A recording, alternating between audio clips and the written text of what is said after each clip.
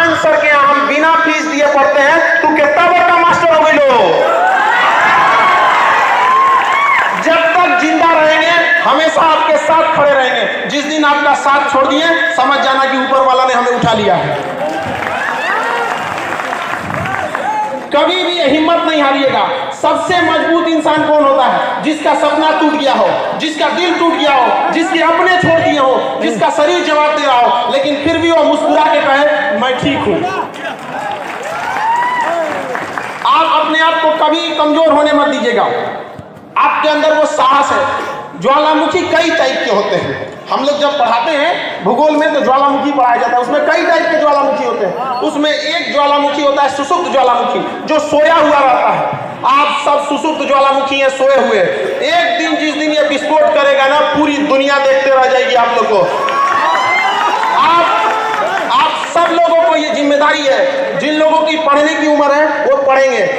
जो अभिभावक हैं अपने बच्चों को पढ़ाते रहेंगे। याद रखिएगा, अगर आप 1 साल में बदलाव चाहते हैं तो धान की खेती कीजिए। अगर आप चाहते हैं 10 साल में बदलाव दिखे, शीशम का पेड़ लगा दीजिए। लेकिन अगर आप चाहते हैं कि सदियों सदियों आपका इतिहास स्वर्णिम अक्षर से लिखा जाए, तो अपने बच्चों को शिक्षा दीजिए। क्योंकि शिक्षा उस शेरनी का दूध है जिसने पिया वो दहाड़ा है। आपकी दहाड़ पूरी दुनिया सुनेगी और आपको सुनाना है उनको अपनी दहाड़।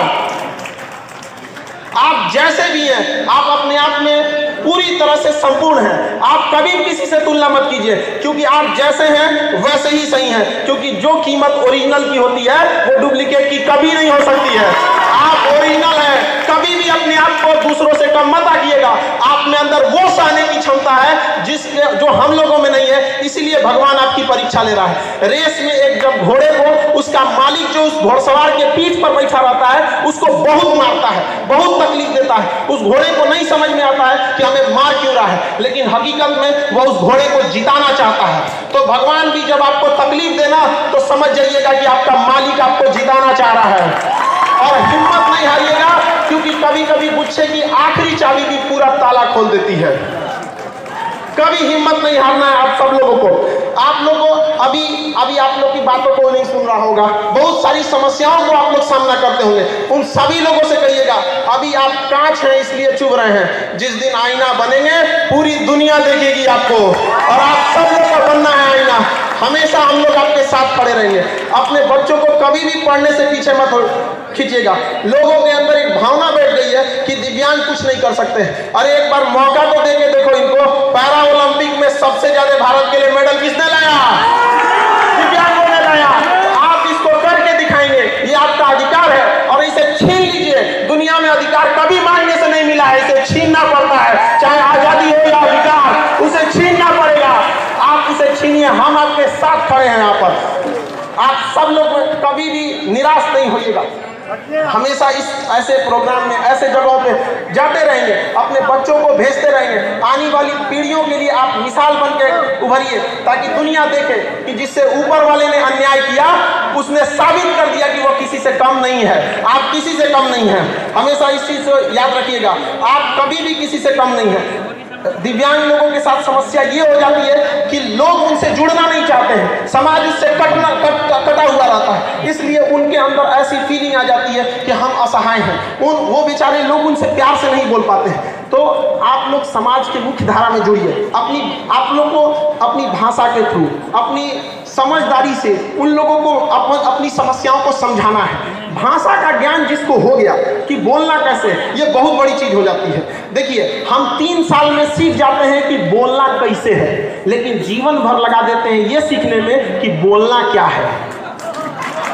याद रखिएगा, आपके अंदर ये आनी चाहिए। बेचारा हमारे पास जो दिव्यांग आते हैं पढ़ने के लिए, मेरा क्लास 5 तल्ला पर चढ़ता है और दिव्यांग लोग सीढ़ी लेकर उस 5 तल्ला पे चढ़ जाते हैं और हमसे पहले चढ़ जाते हैं। लोग कैसे कह दिए कि वो दिव्यांग है? दिव्यांग के कहने वालों को कहते हैं कि जिन्हें लगता है कि दिव्यांग कुछ नहीं कर सकते हैं, जिनकी आंखों में चुभते हैं, उन्हें अपना नेत्र दान कर देना चाहिए अगर वो आपकी कामयाबी नहीं देख सकते हैं। आपके अंदर वो साहस है, आप उसे कर सकते हैं। पहचानिए अपने अंदर की ताकत। बजरंगबली को भी नहीं पता था, लेकिन एक जामवंत ने बताया था कि नहीं बताया था? उसके बाद लंका लगा दिए थे कि नहीं लगा दिए थे? याद रखिए, आप लोग को भी अपनी ताकत को पहचानना पड़ेगा। और अपनी बातों को किस तरह से रखना है, आराम से रखना है। देखिए समाज में जब बारिश होती है तो हम सब बारिश नहीं रोक सकते हैं, हम छाता लगाते हैं, बारिश तो नहीं रुक सकता है। तो समाज अगर आप लोगों को स्वीकार नहीं कर रहा है तो अपनी बातों को सहजता से उन्हें पहुंचाइए कि हाँ हमारे साथ अन्याय हुआ है, अगर आप भी हमारा साथ नहीं देंगे तो हम मोहताज नहीं हैं, पढ़ लिख कर हम छीन लेंगे रोटी कपड़ा मकान, लेकिन हमको शिक्षा हर हाल में चाहिए और शिक्षा से कभी वंचित नहीं रहिएगा आप लोग। हाँ थोड़ा सा हम ये जरूर कहेंगे कि अपनी बातों को किस तरह से रखना है, इसको थोड़ा सा समझदारी से कि कैसे प्रभावी ढंग से रखा जा सकता है। लफ्ज़ों की हिफाजत, हमारी जुबान की हिफाजत अपने धन दौलत से ज़्यादा करनी चाहिए, क्योंकि जीभ ही एक ऐसी जगह है जहाँ पर अमृत और जहर दोनों रहता है। यही इसलिए इस व्यक्ति को हमेशा नियंत्रण रखना चाहिए। और शिक्षा में हर जगह पे अपने जहाँ पे भी लोग जुटे हैं, गांव में भी, अगर समाज आपको एक मुख्य धारा में नहीं जुड़ रहा है अपना ग्रुप बना के पढ़ाई कीजिए। हम लोग भी जब पढ़ते थे तो उतना पैसे नहीं थे हम लोग के पास, तो सैटरडे संडे के दिन जिनके पास किताबें रहती थी उनसे किताब लेके आते थे और 4-5 दोस्त मिलके एक एक चैप्टर को लिख देते थे। 2 दिन में वो किताब को अपने से एक एक चैप्टर कोई वो लिख दिया कोई ये लिख दिया, लिख के कंप्लीट कर लेते थे। तो अभी आप लोग भी उस तरह से ग्रुप बना के पढ़िए, जहाँ कहीं पे भी हैं आप सब लोगों को पढ़ना है। कितने लोग ऐसे हैं जो कहते हैं अपने बाल बच्चों को हम पढ़ाएंगे, यहाँ पर सारे लड़कों लोग को उठाना है। जो आपको पढ़ने से रोके उसको कहना है, जब खान सर नहीं रोकते हैं तो आप कहाँ के टीचर हैं जो आप रोक देंगे, आपका अधिकार है, आप उसको छीन लीजिए। यहाँ पर अंग्रेज भी हमें आज़ादी नहीं दे रहे थे सब, लेकिन क्या हम लोग मांगे, छीन लिए। वहाँ पर आपका भी अधिकार है, आप अपने अधिकार को छीन लीजिए यहाँ पर। और समाज के हिसाब से बहुत समाज की परवाह मत कीजिएगा। ये समाज ऐसा है कि जो गांव के छोटे डॉक्टर होते हैं उनको समाज झोला छाप कहता है। अरे इन समाज के लोगों को कहते हैं कि जिन्हें आप झोला छाप डॉक्टर कहते हैं ना, भारत के 80% मरीजों का इलाज वही करते हैं। ये अमीरों के लिए बने हैं जो बड़े बड़े अट्टालिकाओं में जो डॉक्टर बैठे रहते हैं। तो जब समाज उन लोगों को नहीं छोड़ा तो आपको क्या छोड़ेगा। लेकिन समाज की परवाह नहीं करना है। समाज क्या सोचेगी ये भी अगर हम ही लोग सोचने लगे तो फिर समाज क्या सोचेगा, है कि नहीं। हम सोचने दीजिए, तुम जो सोचना है तुम सोचते रहो, हमें जो करना है हम करके दिखाएंगे।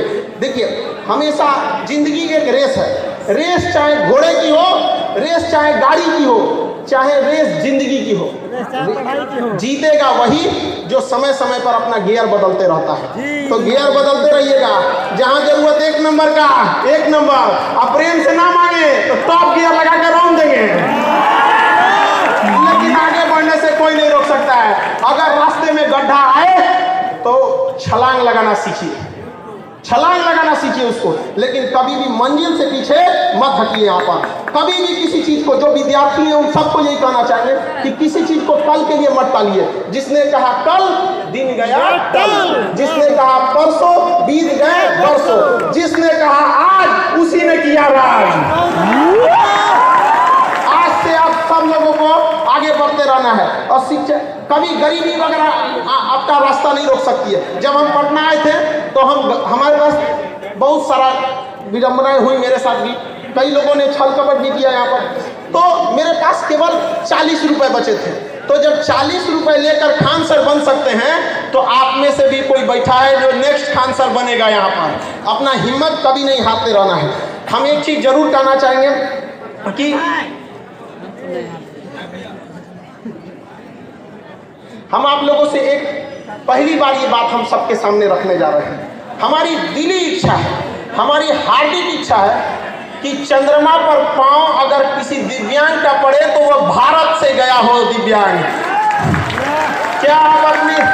क्या यह मेरा सपना पूरा होगा कि नहीं होगा? बिल्कुल पूरा होगा। पूरी दुनिया देखेगी कि अगर चंद्रमा पर पहला दिव्यांग का पांव पड़ा तो कहां से गया था?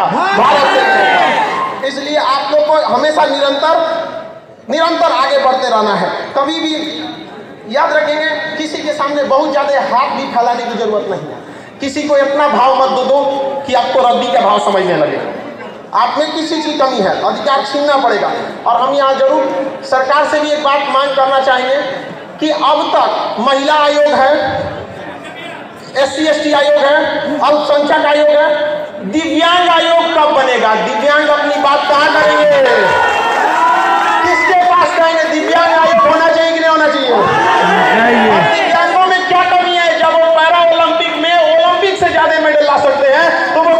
सकते हैं। तो इसके लिए भी दिव्यांग आयोग होना चाहिए। हम यहाँ जरूर एक चीज याद दिलाना चाहेंगे, संविधान में लिखा गया है कि अनुच्छेद 331 में और अनुच्छेद 333 में, 331 में लिखा गया है कि संसद में कम से कम 2 एंग्लो इंडियन रहेंगे और 333 में लिखा गया है कि विधानसभा में 1 एंग्लो इंडियन रहेंगे। एंग्लो इंडियन जानते हैं किसे कहा जाता है? जब देश गुलाम था तो उनके जो बाल बच्चे हुए अंग्रेजों के, यूरोपियों के, जब अंग्रेज चले गए तो उनके अधिकार के लिए लोकसभा में 2 सीटें हैं और विधानसभा में 1 सीटें हैं। अब वो सीट खत्म की जा रही है, लेकिन वो सीट आप बताइए कि वो दिव्यांगों को दिया जाना चाहिए कि नहीं देना चाहिए? देना चाहिए। इसके लिए आवाज आपको उठाना पड़ेगा। जब तक आप आवाज वहां जाके नहीं उठाएंगे कोई नहीं सुनने वाला है। हम लोग आवाज उठाए थे तो 12 FIR ठोक दिया लड़कों के आवाज उठाने के लिए, लेकिन उनको क्या पता है कि जो FIR कर रहे लोग कि वो लोग आग को, सोना को आग से डरा रहे हैं कि तुमको जला देंगे। अरे कौन सी जलेगा? सोना को तुम आग से जलाएगा? जलेगा कभी? तो आप लोग को भी ये अधिकार होना चाहिए। आग है आप, ज्वालामुखी है, अपने आप को पहचानिए। ये आपका मांग है, ये हम भी कहना चाहिए। क्योंकि समय का अभाव है इसलिए हम सब समझते हैं कि थोड़ा समय का अभाव है, लेकिन हम आप साफ से एक बात कहना चाहता हूँ, जल रही है पीर पर्वत सी पिघलनी चाहिए, इस हिमालय से भी ये गंगा निकलनी चाहिए। आज ये दीवार कागज की तरह हिलने लगी है, शर्त ये है कि बुनियाद हिलनी चाहिए। हर गली में, हर सड़क पर, हर नगर में, हर गांव में हाथ लहराते हुए हर लाश चलनी चाहिए। सिर्फ हंगामा खड़ा करना हमारा मकसद नहीं, सारी कोशिश ये है कि सूरत बदलनी चाहिए। मेरे सीने में ना सही, तेरे सीने में ही सही, हो कहीं भी आग लेकिन आग जलनी चाहिए। आप सब अपनी आवाज को बुलंद करेंगे, भारत माता की जय, भारत माता की जय। इन शब्दों के साथ हम अपनी बाड़ी को आज विराम देते हैं। हमारा सौभाग्य रहा जो हम आपके साथ आए। हम आप सबको कहते हैं कि जिस बच्चे को पढ़ना होगा आप भेजिएगा खान सर के पास, उसको हम पढ़ाएंगे। और जो नहीं पढ़ाने दे आप लोग को बोलिएगा हम आके लड़ेंगे उसके लिए। कैसे नहीं पढ़ेगा आपका? आपका जन्मसिद्ध अधिकार है और आप इसे छीन के लीजिएगा। इन्हीं शब्दों के साथ हम अपनी बाड़ी को विराम देते हैं। आप सभी लोग को होली की ढेर सारी शुभकामनाएं। बहुत बहुत धन्यवाद।